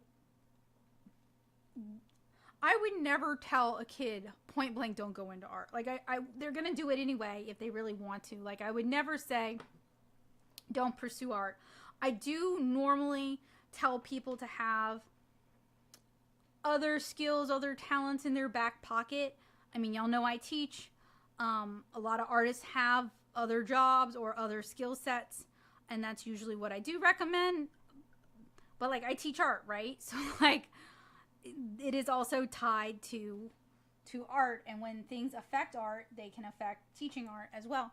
But at this point, I just don't know what to tell them. And sometimes my classes can be literally as simple as I just show people how to paint a hibiscus for 2 hours, and there aren't hard for me to answer questions about like the future of art and where their kids should go to college or if their kids should go to college, stuff that I really like lady, I just met you. I should not be answering these questions for your child. But sometimes I'm the only artist they know. And I mean that because like it is a lot of responsibility. Oh, I skipped without reading. Okay. This was blue, royal blue, which is kind of like a vetiver blue from other brands. And then this is Helios purple, which is almost like a quin magenta. It's very pretty though. And let's see how light fast this is. Light fast rating 3. So it would be more light fast than, say, an opera rose. I always forget, is lower better? Honestly, every brand has their own, like, unless they're going by the blue wool. Yeah, I know. I kind of roll my eyes. It's relative to that brand. So not even like lower being better goes across brands? Higher seems to be better. Okay. Brittany said, someone on another Art Live, Lockery Fine Art, commented that Winsor & Newton's watercolor paints have gone down in quality. Maybe. I have not noticed that myself, but we paint differently, and I don't actually use as much Winsor & Newton as I used to. I use a lot of Holbein and Sennelier and Core now, so that could be, and maybe I just didn't notice it because I'm using it in combination with other paints. That would be interesting to test for, but I am not going to go out and buy a brand new mixing set of Winsor & Newton tubes to test that. I don't have that kind of money. Joseph said, does anyone have fun plans this weekend? Our car is in the shop, so it's probably housework for us. And Heidi said, I mean, art has existed for thousands of years. Art is the first. Oh, yes, you are so right. I am absolutely not saying I have a problem teaching art in and of itself as like a form. I have no problem teaching art as something to do because you love it and to do because you want to express yourself and to do because you have a story to tell. Like, that's not my ethical quandary. My ethical quandary is there a financial future in the next 20 years for someone else's child in art that I'm like, I don't know. Things are crazy right now. Brittany said, I'm afraid that AI is going to take over graphic design jobs, for example. I can understand that fear. Kabocha said, fun plans. Well, I just had work done on my car, but I'm going to DC this weekend to visit my sister and some friends. That sounds like fun. This is quinacridone violet. We have some okra plants that maybe we can... They're finally big enough that I feel comfortable putting them in the yard. So maybe we'll do some gardening. Joseph's the real green thumb. I just point to a spot and say, put this there. He's the one who makes it grow. Kabocha said, AI isn't going to take over graphic design jobs for a lot of businesses that require copyright. Oh, that care and think about copyright. And I have a story about that in a minute. AI work isn't copyrightable by the fact that it's made by a computer, not a human. And Joseph asked about the museum circuit. This is permanent magenta. So, I didn't sign an NDA. I could technically give everybody's names and that would be fine, but I'm not. I'm good. I live in a small town. I'm going to be diplomatic and I'm going to change some details about this. So I was asked by, I wouldn't call them a family friend, but there's somebody my mom has known for a long time. And let's say he fixes her air conditioner. I was asked if I could do the mascot design for let's say a crawfish boiling shop that he's going to open. I was kind of on the fence about it because I don't do a lot of mascot work, but after he described what he was looking for, it did actually sound like something I would enjoy doing and something that I think I could do a good job with. So I said yeah, and I came up with like 5 or 6 designs, sent him his and his partner's way. They had some revisions, and we had talked in person. I'd gone to their crawfish shop and talked in person about what they were looking for. This guy has owned several businesses. He mentioned having a lawyer several times, so I figured this guy is not a fool. So I did some sketches for him because that's pretty common to do prelim sketches. And when I started talking about how much it would cost for the final design, which they would have rights to, and it was the family deal, honestly, even though we're not family. Since my mom knows this person, it was the family deal. They ghosted me in December. And then my mom's driving around, and she passes their crawfish place, and she sees the mascot design I did, which was a draft. So it was like a digital sketch with really sloppy digital colors. She sees that on their banner. They were just going to steal it from me and not say anything about it. not pay me, not give me any kind of benefit. And surrounding the mascot was just a bunch of clip art food that the guy who had done the banner had found. And the guy who had done the banner apparently had told the guy that he could have designed that mascot for them for $15. Now, we all know this guy uses clip art, might even steal clip art, not even pay or use open source clip art, you know. This guy wasn't going to design anything. But we were talking about copyrightable and needing copyrightable logos and design work and mascots. And when you live in a small town, sometimes you're dealing with people who do not understand IP, do not understand IP law, and don't understand that you have to pay your artists. Because I told him I was going to get a lawyer involved. And I full chest meant it, because he did not know how many times similar to this has happened to me. And this was just it. I was done. So he ended up having to bully his co-owner, who was the one who wanted to steal it from me and not pay me in the first place. Ooh, that was under pressure. Into cutting the check, but I got paid. And that is the end of that story. I don't think I can put, once it's out of the tube, I don't know that I can put it back in the tube. What bums me out is there was supposed to be a lot more design work, like murals and stuff. But I think that was just something I was told. I don't know why you would tell someone like that, why you would lie about that. But people lie about having work for me like all the time. So, you know. That was also something that kept me very busy. I'll read back the colors for you guys. I know I got distracted. I cannot walk and chew gum at the same time. Honestly, I can't, because then I'll start biting the inside of my mouth by accident.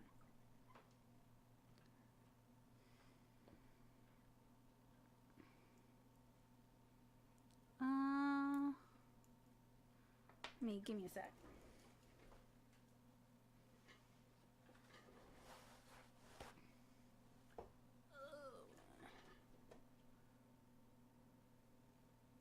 Okay, going into the city. Kabocha says, now we're going into the city proper. Far as I know, I think we're staying outside in the suburbs. So Uber, Udvar Hazy is about as much as we're going to see. Dr. Bennett said that Quinn Violet is gorgeous. That would be this one here. And I'll go through the colors in just a second. Tali said, when you brought the future of art, it's really what I'm fearful of, because my mom is supportive of my art to be used to help disabled kids, just not in a therapeutic way. Fun plans, use my iPad more. Brittany said, going to college university is difficult for students with disabilities who sometimes learn differently like me, especially when I have had difficulty getting written instruction from the professor. Heidi says, does anyone know what the future holds for any job? Choosing to not pursue something you love for a what if is an exercise in futility. Brittany says, an extra time on assignments in some colleges / universities like Boston University won't give extra time on assignments as a reasonable accommodations for students with disabilities registered. Give me a sec.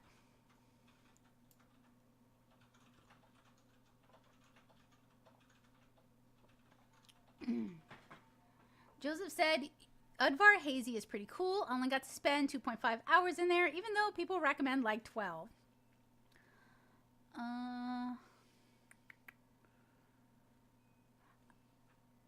And Joseph said, and this is regarding what I was telling you guys, we said if we couldn't come to an agreement, we'd have a lawyer send a cease and desist. And Kabocha said, I'm glad you finally got paid, though. Heidi said, I hope now they are not family friends. They aren't my friend. My mom's loyalty is always sus. Sorry, Mom, if you're watching this, but you know the story. Joseph said, I think she earned that money just from the stress and anger. Dr. Bennett said, small town, word of mouth, that he does people dirty could destroy his business. It could, but I have not said anything to anyone outside of Joseph y'all and my mom, and I changed all of the details when I told it to y'all. So I think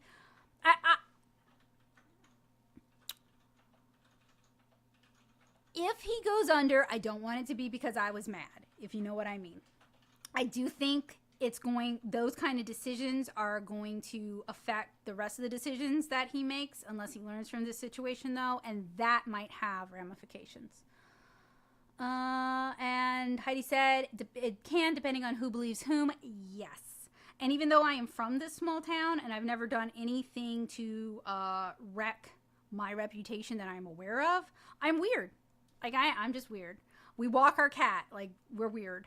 So I could have taken it to the court of Facebook, right?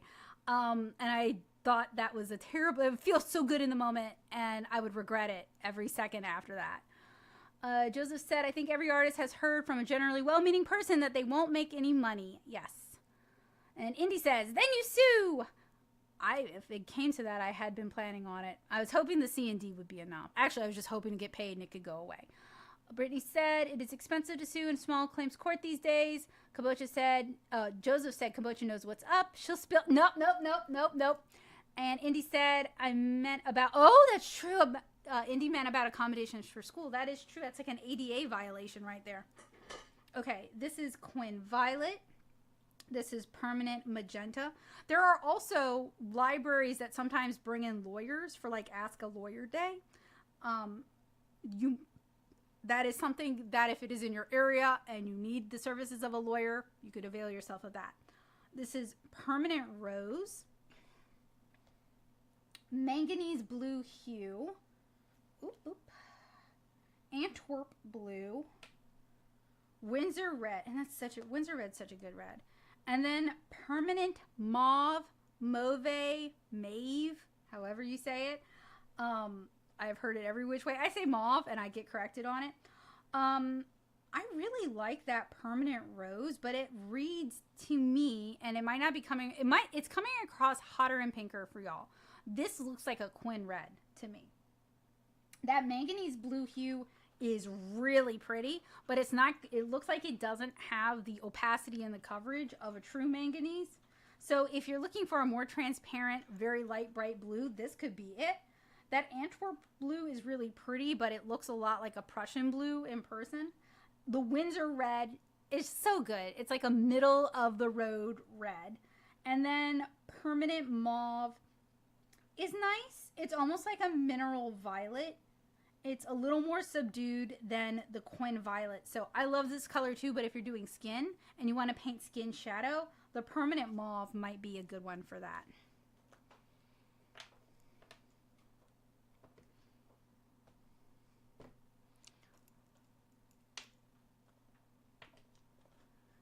All right, now for the Daniel Smith, I have McCracken Black. That one's fun to say. I have 3 minutes until 10. I know. I think I'm not going to finish before 10, but I think I can finish these and then we can wrap up. Anthraquinoid Red, Black, Red, Green. So we've got, I think, 2 granulating blacks, Lavender, and Quinacridone Coral. And Kabocha says, spilling beans. Ha ha ha ha. Bold of you to assume my brain isn't frazzled today. Indy says mauve. Okay. Brittany says it is more difficult to sue the college university that you are registered with disability services and not getting the reasonable accommodations you need. Heidi said even if they don't bring in a lawyer, libraries have great resources and can usually at least point you in the right direction. That is true. And Joseph said, I noticed McCracken Black during the class because it had like 9 pigments or something ridiculous. Yeah, Joseph's the one who picked out McCracken Black. So I think for the ones that I know for a fact granulate, I'm going to do a granulation swatch. And my water is probably a little dirty, but that's okay. And when I say a granulation swatch, I mean something designed to force the colors to granulate into the water. Also, thank you guys so much for hanging out with me this evening. I had a lot of fun. The only reason I would not do this more often is if I wake up feeling like death tomorrow. So we will see.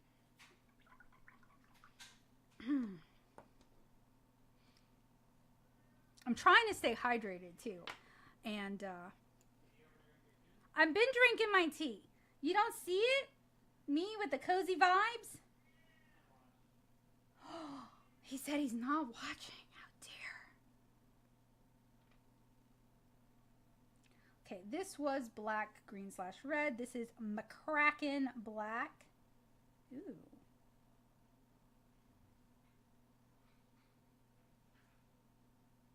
How bad was my ADHD tonight? I feel like I mostly did a good job, like, staying on topic and tying threads together, but, like, give me an ADHD score. How is this ADHD interaction?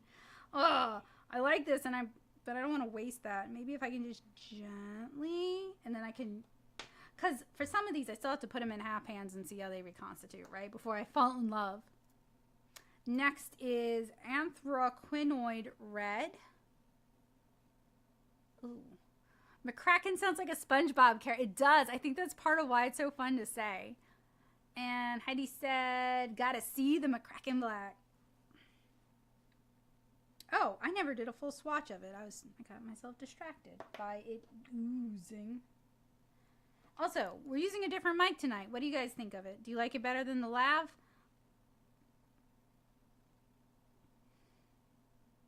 New, but we've had it for a while and just didn't. Joseph had to figure out how to set it up. If there was no Joseph, I would be recording from, like, my cell phone. Which would work, but you know. Oh, no, that's not what I meant. I meant I would be streaming. Instead of having, like, 2 webcams and, like, a face cam, I would just be using my cell phone. It would be very intro level. Tally said, it's because family, mostly my sibling is concerned for financial stability, hence I brought up art niche. I am going to be really honest with you. There is no financial stability in art. Like, just, there is no financial stability in art. You can go into film and be like a special effect, like somebody who used to make puppets. That has its ups and downs, comes and goes. You can be an effects artist, and that has its ups and downs, comes and goes. Art is not a financially stable career. And I'm not saying that, I'm not trying to, like, put down your dreams. Sometimes I think when it comes to family members doubting what we do, and I've got my own share of family members who doubt what I do and kind of make fun of me. Sometimes just facing it head on, if they'll say it to your face. My problem is they won't say it to my face. Sometimes facing it head on and being like, look, I know it is not financially stable. I have a game plan. This is what I want to do. I am willing to pivot if I need to change jobs. This is lavender, or I'm willing to learn new skills, or like showing that you have taken into account, as to the best of your ability, because I have a side story that I'll tell you guys in a minute, but that might at least win over his respect that you've given it some thought. So my mom, for a long time, if I would complain about how hard it is to make money as an artist, just to her, just venting, right? Like after a show or something, she would always say, well, this is what you wanted. This is the life you picked. You knew it was like this. When I got into comics still ran mostly in the studio system. And there was still a lot of, you go to art school, you get hired by a studio pipeline. And that all crumbled while I was in college and while I was in art school. So the art world I thought I knew and I thought I was entering was a thing of the past by the time I graduated. So no, I didn't know what I was getting into because it changed. And what we were told, and Heidi can verify this because we met in grad school, and this is quinacridone coral, what we were told and what the reality is are two different things. And I think we have both done the best that we can, treading water sometimes, doing well sometimes, doing poorly sometimes. I think we've both handled the hand we've been dealt to the best of our ability, but to act like the world of art, the world of comics, the world of picture book illustration, the world of making games is a stable, steady thing that doesn't change, I'd be lying to you.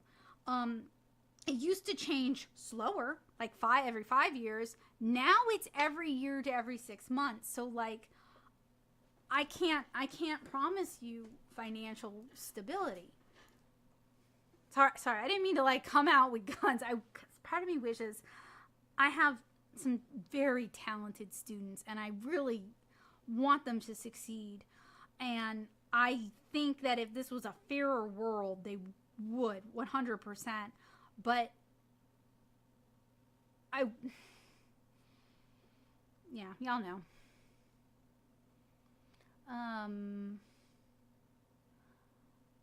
Tally likes the mic. Good.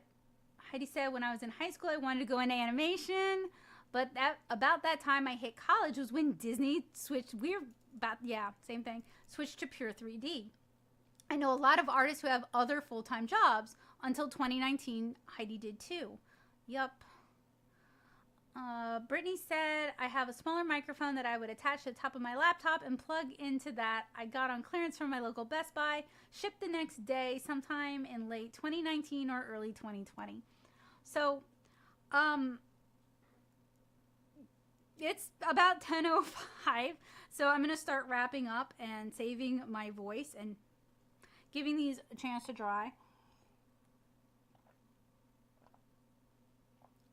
I'm sorry if I came on kind of strong. That wasn't, well, let's be real. I'm always kind of strong in that regard, kind of much. But it wasn't like my intention to be like a bully or to be mean. That's absolutely not what I'm going for here. We are all artists. We're all kind of in this boat. Whether you have a day job in another field, whether you went to school in another field, whether you have 16 different hustles like I do, like, we're all in this boat, and I want to use my streams for us to talk about these kind of things and for us to have a conversation and to find community about these kind of things, because I think this is on a lot of people's minds. And sometimes, like, posting about it on social media, it just feels like you're screaming into the void, or like people talk to you like you were born yesterday, or... So I'm hoping we can use the streams as like a space to talk about these kind of things and find some solidarity, but also, when possible, maybe find some solutions. Heidi said, the strongest! Yeah, strong in a good way. Big, buff, tough stuff, not like too much overwhelming, right?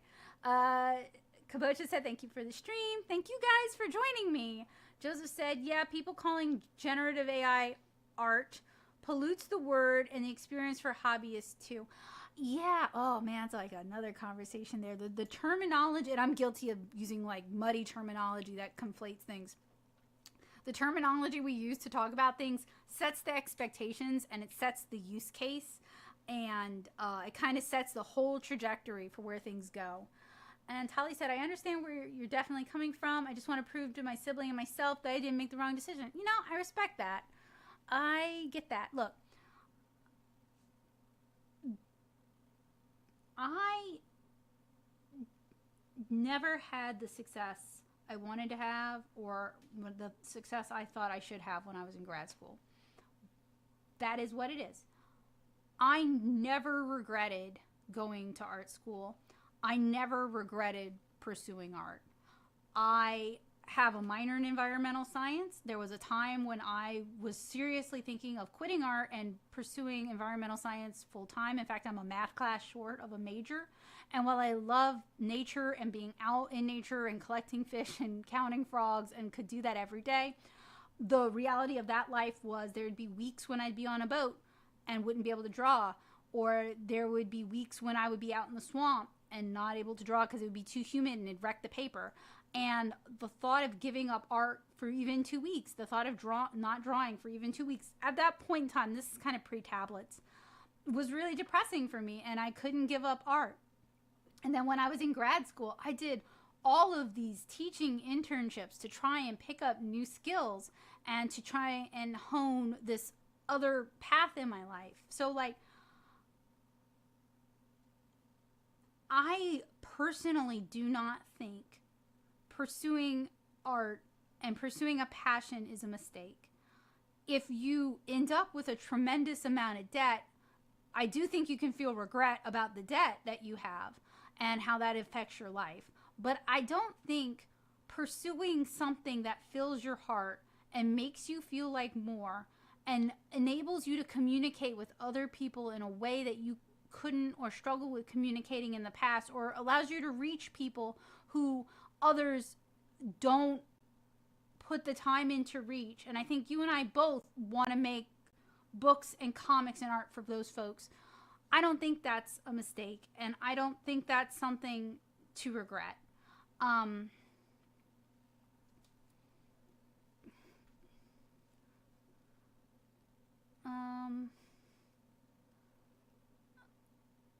Brittany said, I bought a Logitech. Oh, we're talking about mics. Okay. Some of that goes over my head. Heidi said, just call AI what it is, plagiarism. Other things AI can't do, draw plants. Oh, I didn't know it couldn't. Now, I had heard about that mushroom book that was killing people with the AI generated mushrooms. And yeah, scientific illustration, especially for edible plant and mushroom identification. Like, that's serious business. Last year I read Getty Images sued a UK-based AI company. Getty now has their own AI that, it's theirs, you know, I guess. But I also thought Getty bought stock photos from I don't know.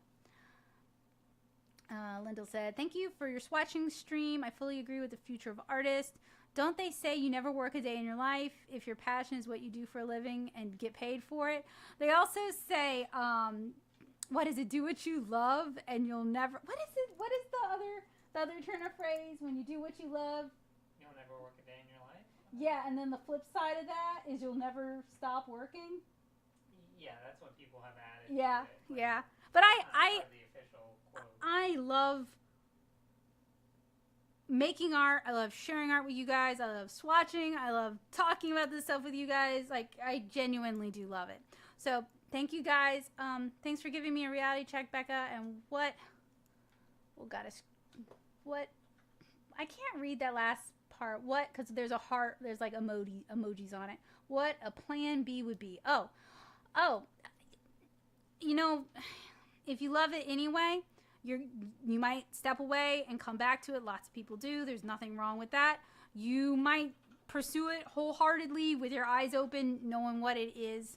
I'm cheering for you though, Tali. I wish there was a more secure. I wish I had better news. Is, you know, how I feel about that. But also, nothing I say is definitive except for when I say nothing I say is definitive, right? Like, I cannot read your future. I do not know what the future holds for any of us, and I am wrong all the time. So, you know, prove me. I don't want to say prove me wrong, because I do believe in you. Prove me doom and gloom. Prove me doom and gloom. You know what I mean? Like make us all proud out there. Anyway, you guys, thank you so much for joining me this evening. I had a lot of fun. I hope to stream again soon, like in the next couple weeks. I'll let you guys know when I've kind of figured out when I can do that. If Friday nights is good for you, let me know. If Thursday nights would be better for you, let me know that as well. And Saturday and Sunday are just not really workable for me. We usually do family stuff then. But I hope you guys have a wonderful week. I hope you are able to make art a part of your life next week, and I hope to see you guys again soon. Speaking of soon, Sunday, I am hoping to have my review of the Kuretake Granulating Gensai Tambi watercolors out. I do want to share it with my patrons first, give them a chance to early access it, but I'm hoping to have it out for you guys Sunday, so I hope you guys will look forward to that.